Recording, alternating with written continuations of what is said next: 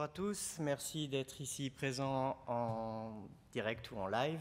Je suis ici pour vous parler d'un retour d'expérience d'une licorne française qui s'appelle Encore Store. Donc je vais me présenter rapidement, mais si vous avez envie d'avoir un peu plus d'informations sur moi, ce n'est pas le but de la conférence, donc je vous laisserai aller sur mon LinkedIn et récupérer toutes les informations. Donc je travaille pour Encore Store, qui est une marketplace qui met en relation les marques et les retailers. Donc un gros site. Donc, Encore Store, c'est une entreprise en fait qui a fait une hyper-croissance. C'est-à-dire qu'en 2 ans, ils sont passés d'une vingtaine d'employés à quasiment 1000 employés. Donc, je vous laisse imaginer que la croissance étant très rapide, le SEO étant une acquisition qui est assez lente, ça a été mis de côté pendant 2 ans.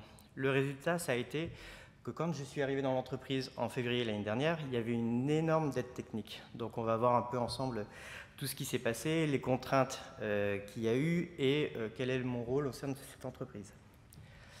Donc l'équipe, au début on était 4. De février à mars, on était juste un stratégiste, moi en tant que tech, et 2 personnes pour nous aider. Il n'y avait pas d'équipe technique attitrée pour nous, donc on était dans un système de backlog où on mettait nos problèmes, ils étaient priorisés ou non, souvent non, comme vous pouvez imaginer, et ça n'a pas forcément avancé beaucoup. Puis l'entreprise s'est restructurée, on est passé en modèle agile Spotify, et aujourd'hui l'équipe SEO est au milieu de 19 autres équipes. C'est-à-dire qu'on va avoir des équipes pour la page brand, la page produit, des équipes aussi pour de l'UX, donc en fait on travaille tous ensemble à divers niveaux.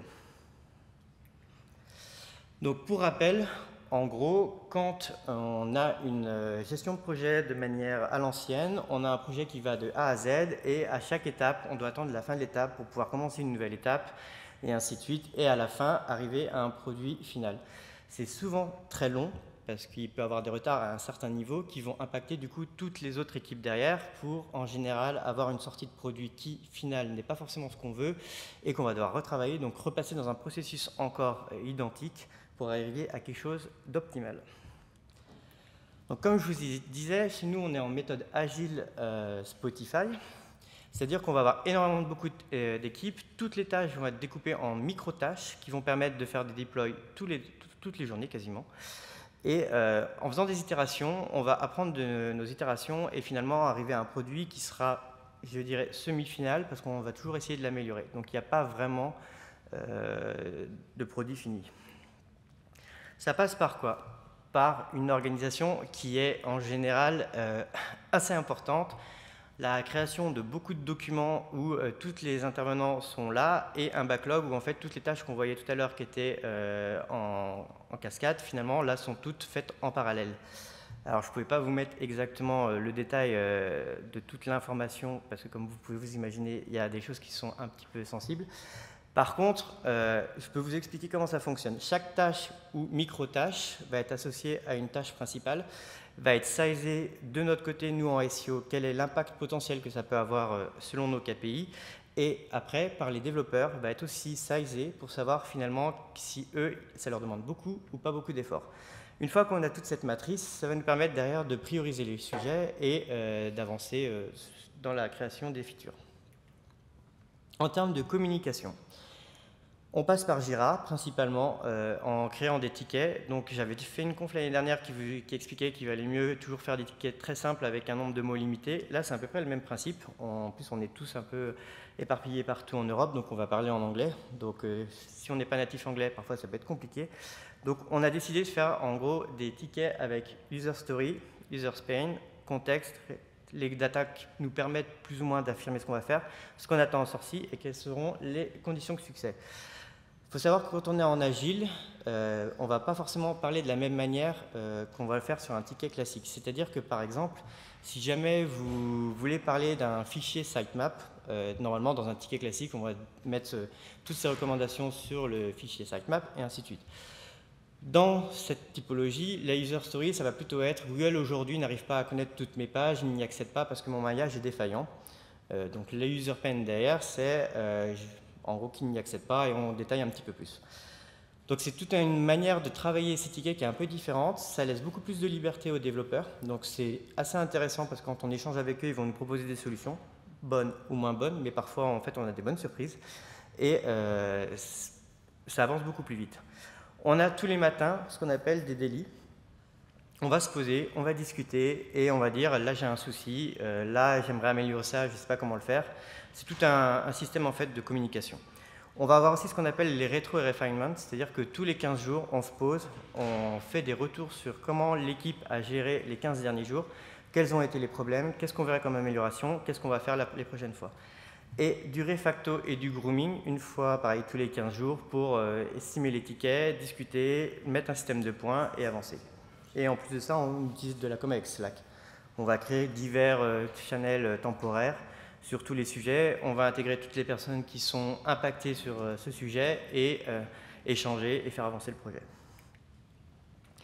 Du coup, une fois qu'on a ça, il faut quand même indiquer des objectifs de succès. Donc, on verra un peu plus tard, mais dans notre cas, chez nous, en gros, il n'y avait que très peu de pages qui étaient indexées. Donc, un des objectifs, c'était d'indexer des pages. Donc, c'était un de nos KPI de succès. On a aussi ce qu'on a appelé l'indexation rate. En gros, c'est combien de pages j'ai indexées versus mes pages live du site. Et enfin, le trafic pour avoir un peu un KPI plus business. Le dashboard donne ceci.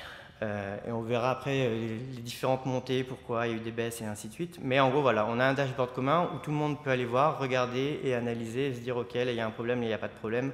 Il y a d'autres graphiques plus bas, mais je ne vous les ai pas mis parce que c'est des choses beaucoup plus orientées engineering. Mais voilà, en fait, on a un dashboard commun qui va nous permettre de communiquer et de partager nos succès ou nos défaites. Donc, le problème numéro 1 qu'on a eu, c'est Google, notre utilisateur, n'accède pas à nos pages.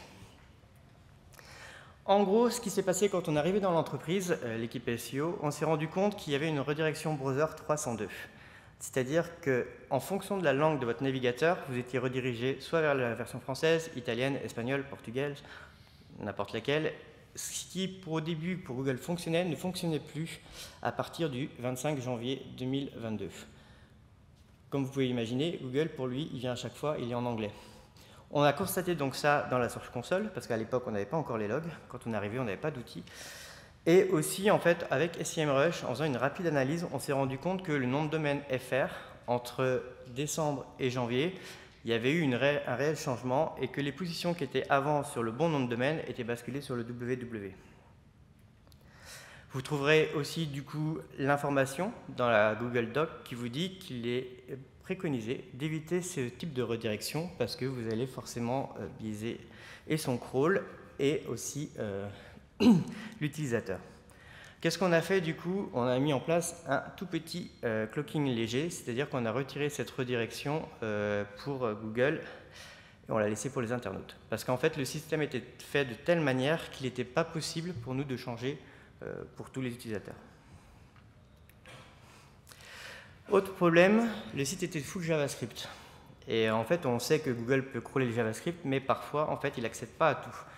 On va avoir en général une indexation lente. Donc, on n'avait que 4,11% des pages qui étaient indexées après plus de 2 ans d'ancienneté du site, ce qui vous laisse imaginer que ce n'est pas énormément. On avait 20 000 mots-clés sur l'ensemble de tous les sites, sachant qu'il y avait 7 sous-domaines, donc ce n'est pas beaucoup non plus. Et la plupart étaient aussi des variantes avec la marque, plus encore store compte, encore store jardin, encore store, bref, quasiment que de la marque. Et le trafic aussi SEO était très très faible dans le sens où seulement 80% du trafic venait de la home. Et en plus, c'était souvent dû à des campagnes de la brand. Donc en gros, autant vous dire que c'était nada. Là, on voit du coup ce que voit Google. Donc, je ne vous apprends pas grand-chose. Hein. Vous faites un site de points, vous regardez dans le cache de la page. Et par contre, ce qui était intéressant, c'est que j'ai eu beaucoup de discussions avec les développeurs, car dans la doc Google, pour nous, en search, on y dit que Google peut lire le JavaScript, mais faire attention, alors que sur les documents que eux lisaient, c'était en gros le JavaScript, il y a zéro problème. Je vous ai remis un petit extrait et vous avez le lien au-dessous, en fait, dans un forum sur Google, donc ça date un peu, ça date de 2019, mais en gros, Google a validé le commentaire, donc on peut plus ou moins se dire qu'on peut prendre pour argent comptant et c'est facile à faire passer avec vos devs, que si vous êtes à 5 secondes pour le rendering, c'est déjà pas terrible. Si vous êtes à 10 secondes, on peut dire que c'est un fail. Dans notre cas, on était à 20 secondes en moyenne, ce qu'on peut dire c'est un méga fail. Donc là, je vous ai vite fait expliquer pour ceux qui ne connaissent pas. En gros, le SSR, c'est tout est desservi par le serveur et on a donc tout accès à toute la donnée dans le HTML. Et si par contre, il y a du JavaScript, alors à ce moment-là, on a une partie du site qui est visible et le reste need cette phase de rendering. Si vous voulez plus d'infos, il y a une super conf de l'année dernière qui a été faite par Alexandre Pina. Je vous laisserai aller regarder. Elle est valide et accessible pour tout le monde aujourd'hui sur YouTube. Et mon plus gros problème à la fin de ces 2 premiers mois, c'était que le SSR, c'était pas du tout possible. Les développeurs refusaient, il n'y avait rien à faire. Donc on s'est retrouvé bloqué. Et on s'est retrouvé à ce moment-là, de l'équipe de 4 personnes normales à 4 plus 4 développeurs. Et mes développeurs ne pouvaient pas faire du SSR parce que globalement, les autres devs des autres équipes refusaient que le SSR soit fait. Donc, qu'est-ce qu'on a fait? Alors la première solution trouvée, ça a été de se dire, ok, Google quand même, il arrive à accéder à mes pages, pas toutes mes pages, principalement que les pages qui sont en page 1 de mes pages catégories. Donc on a utilisé les balises next et prev pour les mettre directement dans le head, parce que ça n'a pas besoin d'avoir du SSR pour être fourni. Et globalement, comme vous pouvez voir, la petite licorne, elle est contente, ça fonctionne, ça a été un succès. Une fois qu'on a fait ça, on s'est dit, ok, Google, aujourd'hui, comme je vous ai dit, il y avait la redirection, donc on lui a enlevé. Pourtant, il ne va toujours pas sur les autres sous-domaines. Pourquoi il n'y va pas? On s'est dit, parce qu'il n'y a pas de lien. Donc s'il n'y a pas de lien, il n'y accède pas. Donc s'il n'y accède pas, pourquoi il irait? Sachant que, pour info, en gros, les campagnes de branding à l'époque, dans la boîte, étaient faites uniquement sur le français et le W pour la langue anglaise. Donc en fait, tous les autres noms de domaine avaient 0 lien. Donc là, pareil, on a fait un petit trick qui passe bien, ça fonctionne, ce n'est pas le meilleur fonctionnement, mais ça fonctionne. On a mis en gros les balises hreflang dans le head, et pareil, on bypass le SSR, et ça fonctionne. L'autre problème qu'on avait, du coup, c'était le contenu. On s'est dit, comme je vous l'ai dit, il fait 20 secondes, c'est trop long, il ne render pas tout, il n'accède pas au contenu et à l'intégralité du contenu. Qu'est-ce qu'on peut faire? On s'est dit, pourquoi pas essayer d'utiliser le JSON et en gros de lui fournir le contenu via du JSON et différents micro-formats. Comme vous pouvez voir, ça n'a pas du tout fonctionné, c'est plutôt un gros fail. On est resté pendant 3 semaines sans rien. Autre solution, il ne connaît pas toutes mes pages, vu qu'il a du mal à accéder à la pagination. Donc qu'est-ce qu'on s'est dit? Utilisons le sitemap. Tout le monde le dit.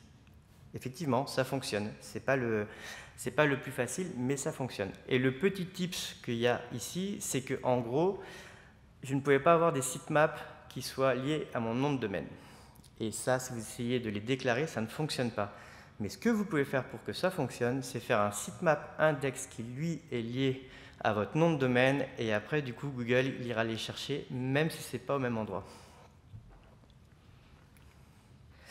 Mon second problème.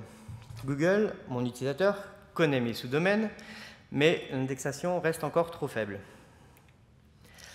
Donc, après moult batailles, nous avons réussi à négocier à avoir un switch de langue. Alors vous pouvez voir, il est très discret. Ceux qui le voient, il est en bas à droite. Ça a été une bataille avec l'UX qui estimait qu'en fait le switch de langue n'était pas une feature qui était nécessaire pour l'utilisateur. Mais nous avons réussi à l'avoir. Résultat, on a réussi à augmenter et l'indexation et les budgets de crawl énormément versus ce qu'on avait avant. Comme vous avez vu, la courbe elle était flat, l'indexation ça marchait un peu, mais pas énorme. Donc, mine de rien, les liens, ça marche. Et je parle de liens internes, même si c'est entre sous-domaines. Mon problème numéro 3. Google, notre utilisateur, a besoin de liens pour découvrir les pages. Les produits sont une voie sans issue. En gros, pour vous expliquer, donc là, on voit sur juin, quand on a lancé les sitemaps, comme on peut voir, pendant un moment, il est venu crawler et après, c'est redescendu. Mais mes fiches produits, j'avais le header, le footer et le field Ariane qui étaient en gros des liens que je retrouve sur toutes les pages et j'avais pas d'autres. Basiquement, j'avais pas d'autres liens. Donc, on s'est dit, utilisons un comportement naturel qu'on voit sur tous les e-commerce ou toutes les marketplaces et rajoutons donc des produits de recommandation. Donc on avait deux boîtes, une première qui propose les mêmes produits que la marque et une deuxième au-dessous qui propose en fait des produits similaires en termes de catalogue, quoi. Donc on a une première version 1, comme je vous expliquais, on a fait en itération. La première version 1, elle allait chercher dans Algolia, elle récupère dans Algolia, elle mettait. Et on a une version 2 qui est sortie hier, d'où le Available Soon, mais j'ai pas eu le temps de mettre à jour, qui en gros, on récupère aussi par rapport au business pour un peu matcher tout le reste. En termes de crawl Google, ça a bien fonctionné, c'est plutôt cool. Et aussi en termes finalement, pour l'utilisateur lambda, c'était pas mal parce qu'on a fait plus de 50% et aujourd'hui on a encore plus en termes de pages visitées et mises au panier. Donc c'est plutôt une bonne recommandation. Si vous ne l'avez pas, je vous le conseille. Bon, normalement tout le monde l'a. Mon problème numéro 4. Google, notre utilisateur, a besoin de stabilité, mais le site change trop souvent. En gros, comme je vous ai dit, c'est une marketplace. On a à peu près 1,7 million de pages. Et le merge entre les différentes catégories est assez random, on va dire. L'algorithme n'est pas très performant pour aujourd'hui. Donc entre chaque crawl ou chaque analyse qu'on faisait de ce qui se passait dans les logs, on se rend compte qu'on a entre 10 et 20% d'URL en commun sur les 2 semaines. Donc c'est pas terrible. Aujourd'hui, on n'a pas résolu complètement le problème, mais on a une première partie qui a été de se dire, ok, on a des marques qui sont des top marques et qui d'une semaine à l'autre en fait sortaient du maillage du site parce qu'elles étaient expulsées loin dans la pagination. Donc le bon vieux sitemap HTML est là pour vous aider en footer. Ça fonctionne toujours. Et là, on le voit. Alors, il y a un peu moins de hits sur la fin parce que pour l'instant, la version 1 est statique. Donc, comme vous savez, version statique, et entre-temps, il y a eu des marques qui sont parties, on a quelques erreurs. Mais on a la version 2 qui devrait sortir la semaine prochaine, qui, elle, sera automatique, avec une petite pagination, parce qu'on a de plus en plus de marques, donc on a de plus en plus de marques qu'on veut rester maillées. Mais globalement, on peut dire que c'est un semi-succès, ça fonctionne quand même.